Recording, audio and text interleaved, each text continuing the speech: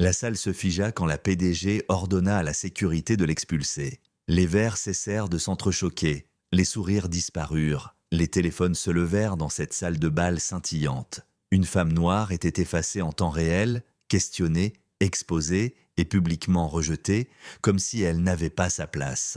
Ce que personne ne comprenait, c'est que l'empire qui se célébrait ce soir-là respirait grâce à de l'argent emprunté, de l'argent qu'elle contrôlait, pendant que l'arrogance se donnait en spectacle sur scène. Les conséquences étaient déjà en mouvement, et en quelques minutes, une seule décision transformerait les applaudissements en panique et le pouvoir en effondrement public. La salle de bal scintillait d'une confiance soigneusement polie. Les verres de cristal tintaient, les rires flottaient entre les tables remplies de personnes habituées à être obéies. C'était là que le pouvoir se rassemblait pour se féliciter lui-même. Et au centre de tout cela se tenait Victoria Hale, PDG de Hale Dominion Capital, hôtesse de la soirée, souriant comme si la salle existait par sa permission. Puis sa voix trancha l'air. « Sécurité, veuillez escorter cette femme dehors. Cet événement est sur invitation uniquement. » Le son disparut instantanément. Toutes les têtes se tournèrent. Une femme noire se tenait près du fond de la salle, posée et immobile, le visage impénétrable. Les téléphones se levèrent presque instinctivement. Des murmures se propagèrent. Elle ne protesta pas, elle ne broncha pas. Elle resta simplement là, tandis que deux agents de sécurité commençaient à s'approcher. Personne ne remarqua le portefeuille noir et fin posé contre sa chaise. Personne ne réalisa que la soirée avait déjà commencé à se défaire. Elle s'appelait Danielle Cross et elle n'était pas venue pour être vue.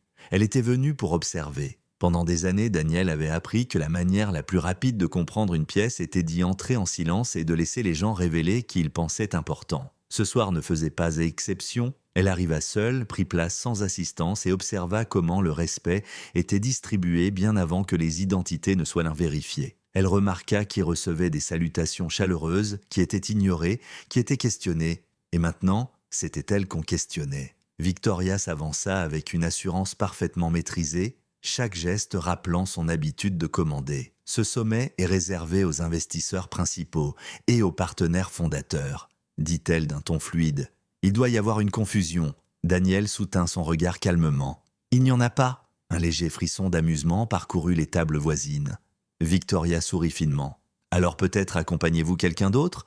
Une associée, une invitée. L'implication était claire. Vous n'êtes pas celle qui compte. Danielle ne dit rien. Victoria expira avec une patience théâtrale et fit de nouveau un geste.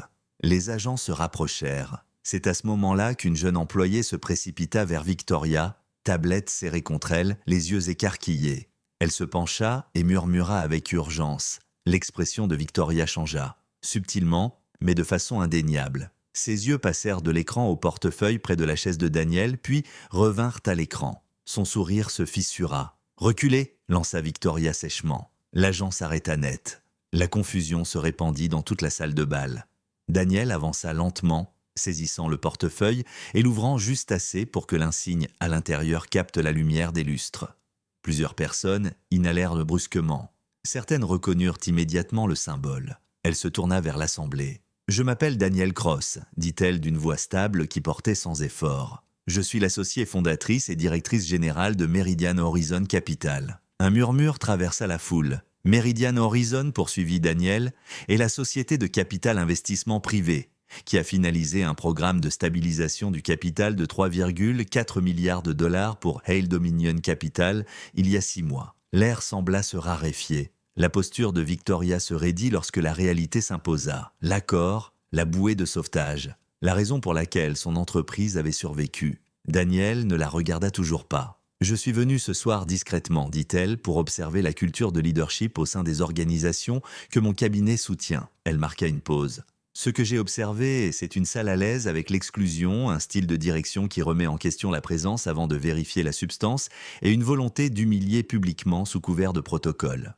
Les écrans autour de la salle clignotèrent, puis changèrent. Un avis officiel remplaça les logos des sponsors. Financement suspendu, supervision initiée, avec effet immédiat. Les téléphones s'illuminèrent dans toute la pièce, en même temps. Les dirigeants se figèrent. Les conversations s'effondrèrent en murmures paniqués. Des chaises raclèrent le sol. Victoria s'avança, la voix tendue. « C'est une réaction excessive. Nous pouvons régler cela en privé. » Danielle la regarda enfin. Le respect n'est pas une correction privée, dit-elle calmement. C'est une norme publique. Elle se tourna de nouveau vers la salle.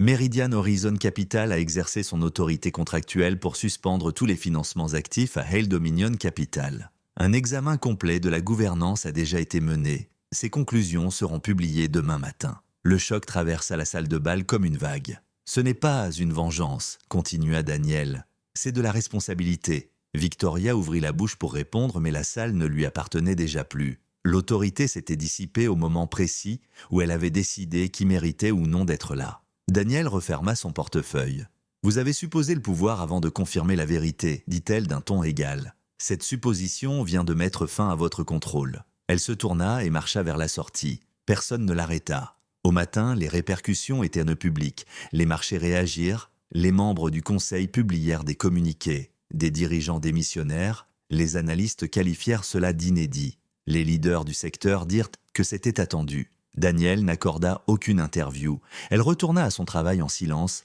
continuant à déployer le capital avec précision et intention, soutenant des dirigeants qui comprenaient que l'autorité ne se prouve pas par l'exclusion. Parce que le vrai pouvoir n'élève pas la voix dans les salles de bal. Il observe, il attend, et lorsqu'il décide qu'un système ne mérite plus son soutien, il se retire et laisse l'effondrement parler de lui-même. Si voir l'arrogance s'effondrer sous une autorité silencieuse t'a touché, ne laisse pas cela s'arrêter ici. Aime cette vidéo pour soutenir des histoires qui révèlent le pouvoir caché. Partage-la avec quelqu'un qui croit que le respect ne devrait jamais être conditionnel. Et commente le moment qui t'a le plus marqué. Abonne-toi et active les notifications pour plus d'histoires où la dignité l'emporte et où l'injustice bruyante s'effondre.